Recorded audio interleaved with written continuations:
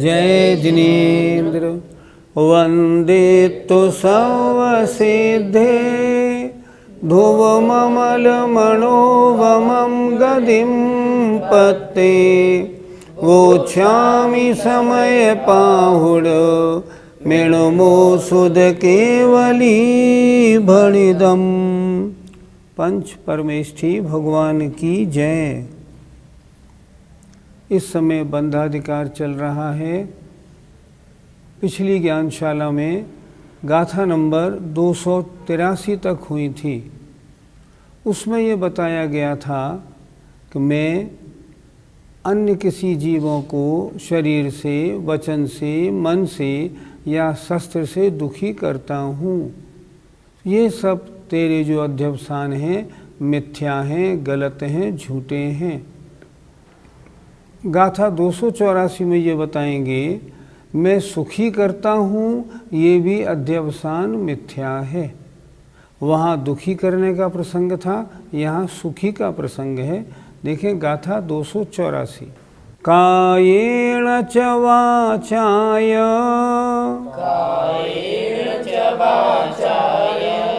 मणेन सुहृदे करेमि सत्तेति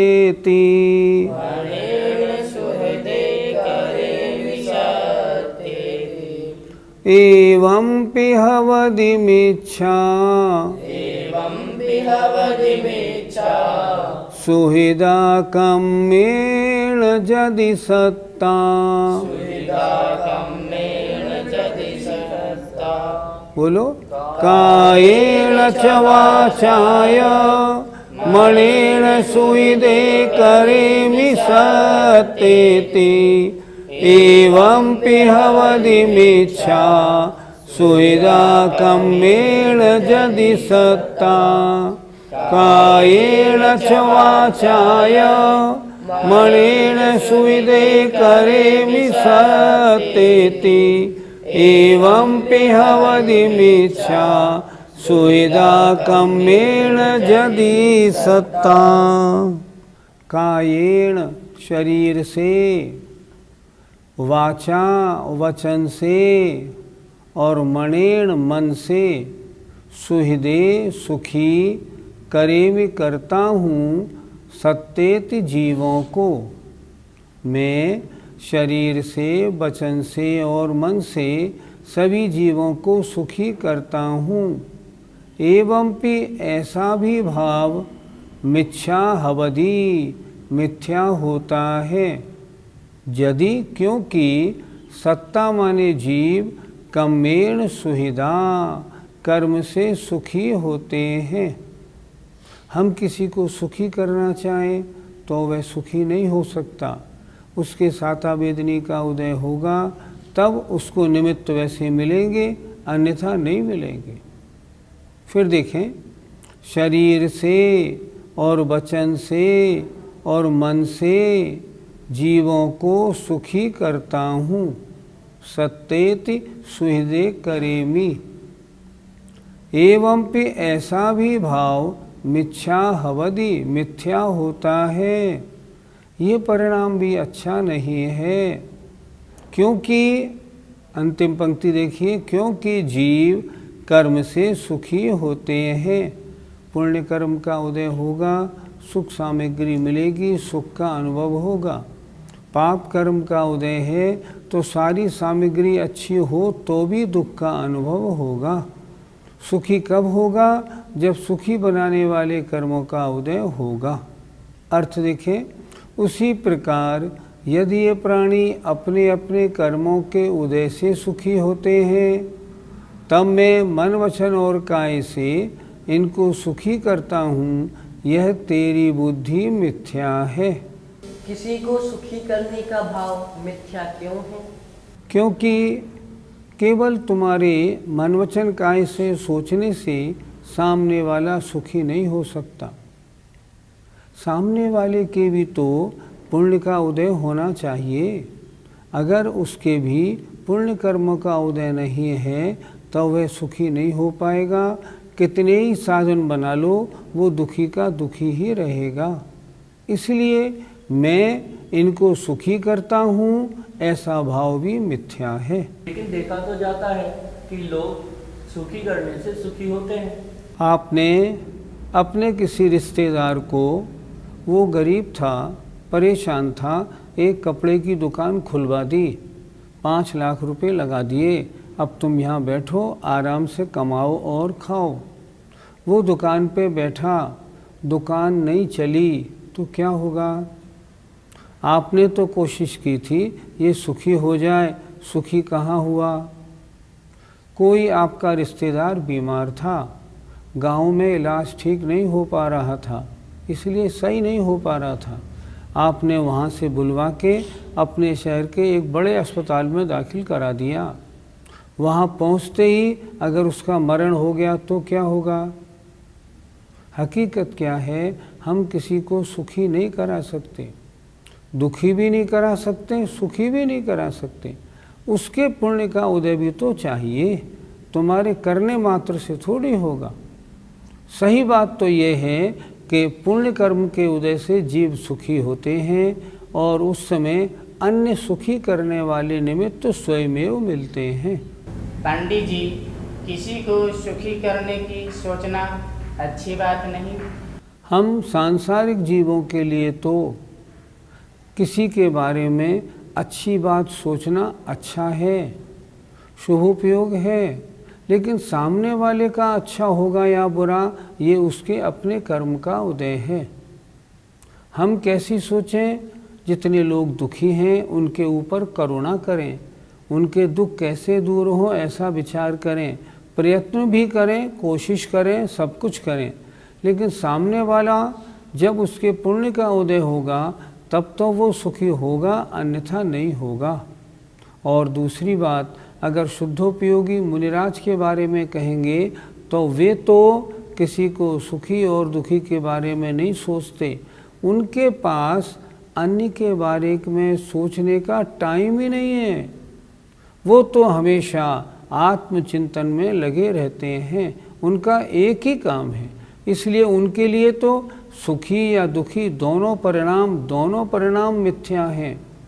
लेकिन हमारे आपके लिए अन्य को सुखी करने के परिणाम अच्छे तो हैं, पर सामने वाला सुखी होगा कि नहीं, ये उसके पुण्य पाप के ऊपर, जैसा कर्म का उदय वैसा फल दिखेगा। गाथा 284 का पद्यानुवाद देखिए। या काय से वचन से मन से कराते हैं, विश्व को हम सुखी करुणा दिखाते। ऐसा कहो मति मृषा फिर भी तुम्हारी, पाकर्म का फल सुखी जग क्यों के भारी। संसार पूर्ण कर्मों का उदय होने पर सुखी होता है, मैं सुखी करता हूँ, ये धारणा मिथ्या है। आइए गाथा 285 देखते हैं। सवे करे दिजीवो, सवे करे दिजीवो, अध्यवसानेन तिर्यणे रहिये, अध्यवसानेन तिर्यणे रहिये। देव मनुये सवे, देव मनुये सवे, पूर्णं पावं चणेय विहम्, पूर्णं पावं चणेय विहम्। बोलिए। सवे करे दिजीवो, अध्यवसानेन तिर्यणे रहिये, देव मनुये सवे, पूर्णं पावं चणेय विहम्। सवे करे दिजीवो, अध्यवसानेन तिर्यणे रहिये, देव मनुये सवे, पूर्णं पावं चणेय विहम्। सवे सभी पर्यायों को जीवो जीव करता है, अध्यवसानेन अध्यवसान के द्वारा, अध्यवसान अपने परिणामों के द्वारा, तिर्य त्रियंच णेरये नरक, देव मणुए देव मनुष्य, और सब्बे माने सब, पुण्यम पुण्य, और पावम पाप, और णेयभियम अनेक प्रकार की। क्या? सबसे ऊपर देखें, सभी पर्यायों को करता है। जीव सोचता है त्रिंच के बारे में, नरक के बारे में, देवों के बारे में, मनुष्य के बारे में, पुण्य के बारे में, पाप के बारे में, और अनेक प्रकार की सुखी और दुखी अवस्थाओं के बारे में। इन सभी पर्यायों के बारे में अगर सोचता है तो ये सब मिथ्या है। क्यों मिथ्या है? कि आत्म ध्यान में लगा हुआ था, उनको छोड़कर यहाँ कहाँ आ गए? ये तुम्हारा चिंतन करने का काम नहीं। आप तो आत्मचिंतन में थे, आत्मचिंतन में ही बने रहो, वो ही ठीक है। इसलिए इन सब पर्यायों को करता है, इनका करना ठीक नहीं है। एक बार फिर देखें, जीवो जीव अध्यवसान के द्वारा त्रियंच नरक, देव और मनुष्य, और सब माने और अन्य सब, पुण्य और पाप तथा अनेक प्रकार की, ऊपर आ जाओ, सव्वे सभी पर्यायों को करता है। इन रूप चिंतन करता है, इनको अपने मन में लाता है, तो उस रूप परिणमन कहा जाता है।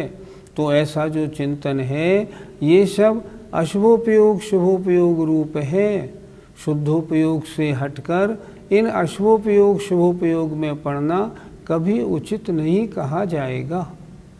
अर्थ देखिए, जीव अध्यवसान के द्वारा त्रियंच नारक देव और मनुष्य, इन सब रूप और अनेक प्रकार के पुण्य और पाप रूप अपने आप को करता है, अपने में चिंतन करता है, अपने परिणाम उन विषयों में लगाता है। इन विषयों में अपने परिणाम लगाना मिथ्या है, शुभ और अशुभ परिणामों का बंद कराने वाला है, शुभोपयोग से हटा के संसार में भ्रमण कराने वाला है। पंडित जी, अगर कोई पुण्य और पाप के बारे में चिंतन करता है तो क्या गलत है? अभी तक वो क्या कर रहा था? आत्मचिंतन। सारे पुण्य पाप रूप परिणामों से हटके, सारे लोक अलोक के परिणाम, गति के परिणाम सबसे हटके आत्मचिंतन में लगा था। अब आप सोचिए, अगर आत्मचिंतन से हटा के अन्य कुछ भी पुण्य पाप रूप परिणाम करता है, उचित है या अनुचित? आप भी कहेंगे अनुचित। उचित तो वही था, उससे तो और अच्छा कोई परिणाम है ही नहीं। सर्वश्रेष्ठ परिणाम शुद्धोपयोग रूप, वो वीतराग सम्यक दृष्टि जो अपने आत्मानुभव में लगा है, अगर वो वहाँ से हटके पुण्य और पाप रूप परिणामों में उलझता है तो ये बुद्धिमानी नहीं, ये तो अज्ञानी की दशा है। इसलिए आचार्य कहते हैं ये सब करना मिथ्या है, गलत है, छोड़ने योग्य है। इसमें मत उलझ, क्या कर? अपनी आत्मा के आनंद में ही डूबा रहे। गाथा 285 का पद्यानुवाद। ज्यों जीव राग रति की कर आरती है, होता सुरेश नरवा नर नार की है पाप पुण्य परिपाक जो आप पाता, ऐसा वसंत तिल का यह छंद गाता। अगर जीव राग रति के चक्कर में पड़ेगा तो देव मनुष्य त्रियंच और नारकी इन पर्यायों में घूमता रहेगा, पाप और पुण्य के फल को पाएगा और आत्म स्वभाव से च्युत रहेगा। आइए गाथा 286 देखते हैं। धम्मा धम्मं चतः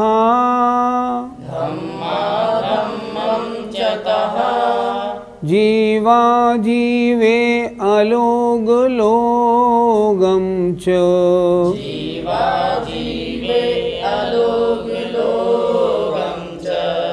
सवे करे जीवो सवे करे जीवो अजब साणेण अपाणम अजब साणेन अपाणम। बोलो धम्मा धम्मं च तः जीवा जीवे अलोगलोगं च सवे करे जीवो अजब साणेन अपाणम धम्मा धम्मं च तः जीवा जीवे अलोगलोगं च सवे करे जीवो अजब साणेन अपाणम।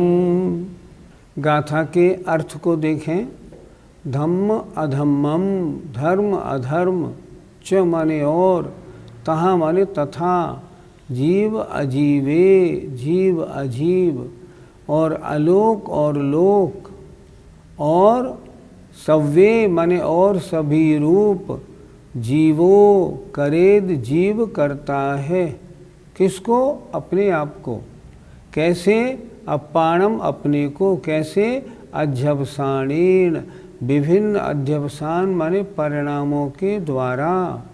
अर्थात कभी धर्म के बारे में सोचता है, कभी अधर्म के बारे में, कभी जीव अजीव के बारे में, कभी लोक अलोक के बारे में, और कभी परिवार, स्त्री, पुत्र आदि के बारे में सोचता है। तब उस समय विभिन्न प्रकार के अध्यवसान होते हैं और अपनी आत्मा को उस चिंतन रूप परिणाम आता है। तब क्या होता है? मिथ्या है, गलत ध्यान में क्यों गया। फिर देखिए एक बार, धम्मा धम्मम, धर्म अधर्म, और तहा माने तथा, जीवा जीवे, जीव अजीव, अलोक लोगम च अलोक और लोक, और सव्वे और सभी अन्य वस्तुओं को, सभी रूप अपने चिंतन को यह जीव करता है। किसको करता है? अपाणम अपने को। किसके द्वारा? अध्यवसान के द्वारा। अध्यवसान तरह तरह के राग द्वेष रूप आदि परिणामों के द्वारा, कभी किसी रूप कभी किसी रूप, तरह तरह के चिंतनों में लगा रहता है और अपने को भिन्न भिन्न रूप करता है। ऐसा कब करेगा? जब शुद्धोपयोग से अलग हो जाएगा, भ्रष्ट हो जाएगा, गिर जाएगा तब। शुभोपयोग अशुभोपयोग में रहेगा तब विभिन्न प्रकार के चिंतन करता है। अर्थ देखिए, तथा उसी प्रकार जीव अध्यवसान के द्वारा धर्म अधर्म, जीव अजीव, लोक और अलोक, इन सब रूप अपने को करता है। पंडित जी, क्या कोई जीव धर्म द्रव्य रूप परिणाम कर सकता है? कभी नहीं कर सकता। जीव कभी अजीव नहीं बन सकता। धर्म अधर्म द्रव्य तो अजीव हैं, इन रूप जीव का परिणमन कभी नहीं होगा। धर्म अधर्म कभी जीव रूप नहीं होंगे, जीव कभी धर्म अधर्म रूप नहीं होगा। लेकिन कोई भी जीव जब धर्म द्रव्य का, अधर्म द्रव्य का, आकाश काल द्रव्य का, लोक अलोक का चिंतन करता है, तब उसका ज्ञान ज्ञेय रूप परिणमन करता है, अतः वह उस रूप हुआ ऐसा कहा जाता है। परिणमन नहीं कर सकता। सिद्धांत है कोई भी द्रव्य हो, अन्य द्रव्य रूप परिणमन करने की शक्ति किसी द्रव्य में नहीं है। उसमें नहीं। अगर मैं चाहूँ कि पुद्गल को जीव बना दूँ, नहीं बना सकता। जीव को मार दूँ, पुद्गल बना दूँ, नहीं बना सकता। जीव जीव ही है, रहेगा और आगे भी रहेगा। जो द्रव्य जिस रूप है उसकी पर्याय कुछ भी बदल जाए, लेकिन द्रव्य नष्ट नहीं होता। अन्य रूप अन्य द्रव्य रूप परिणमन नहीं करता। लेकिन यहाँ वो चर्चा है कि जब मैं लोक अलोक के बारे में सोचता हूँ तो मैं अपने आप को लोक रूप करता हूँ। जब मैं धर्म द्रव्य के बारे में सोचता हूँ तो धर्म द्रव्य रूप करता हूँ। क्या ज्ञानी का ऐसा परिणमन होता है? नहीं होगा। अगर ज्ञानी अन्य किसी द्रव्य के बारे में सोचेगा तो अज्ञानी बन जाएगा। जब तक सिर्फ आत्मचिंतन में लगा है, सारे विकल्पों को छोड़े हुए है, तब तक ज्ञानी है। और वहाँ से हटा, चाहे भगवान का भजन करे, पूजा करे, स्वाध्याय करे, जाप दे, स्तोत्र पाठ करे, कुछ भी करे, अपने आत्मा से हटा तो अज्ञानी बना। क्यों अज्ञानी बना? आत्मा में ही रमे रहना ही ज्ञानपना है। आत्मा के अलावा अन्य अध्यवसानों में, अन्य परिणामों में लगना तो अज्ञानी का काम है। इसलिए ज्ञानी ऐसा नहीं करता, और कभी हो जाता है तो अज्ञानी कहलाता है। पंडित जी, काल द्रव्य तो उद्गल द्रव्य रूप परिवर्तित हो सकता है, क्योंकि दोनों ही अजीब हैं। दोनों अजीब तो हैं, लेकिन भिन्न भिन्न द्रव्य हैं। 6 द्रव्य हैं पूरे संसार में, जीव, पुद्गल, धर्म, आकाश, काल।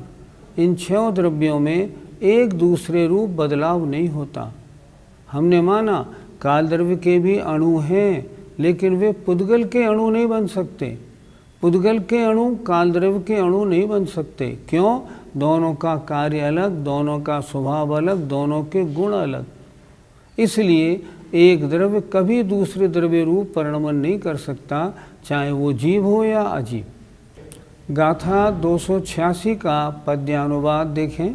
शुद्धात्म से पृथक द्रव्य छहो निराले, हैं भिन्न भिन्न गुण लक्षण धर्म धारे, संसार जीव पर अध्यवसान द्वारा, संसार को ही अपना करता विचारा।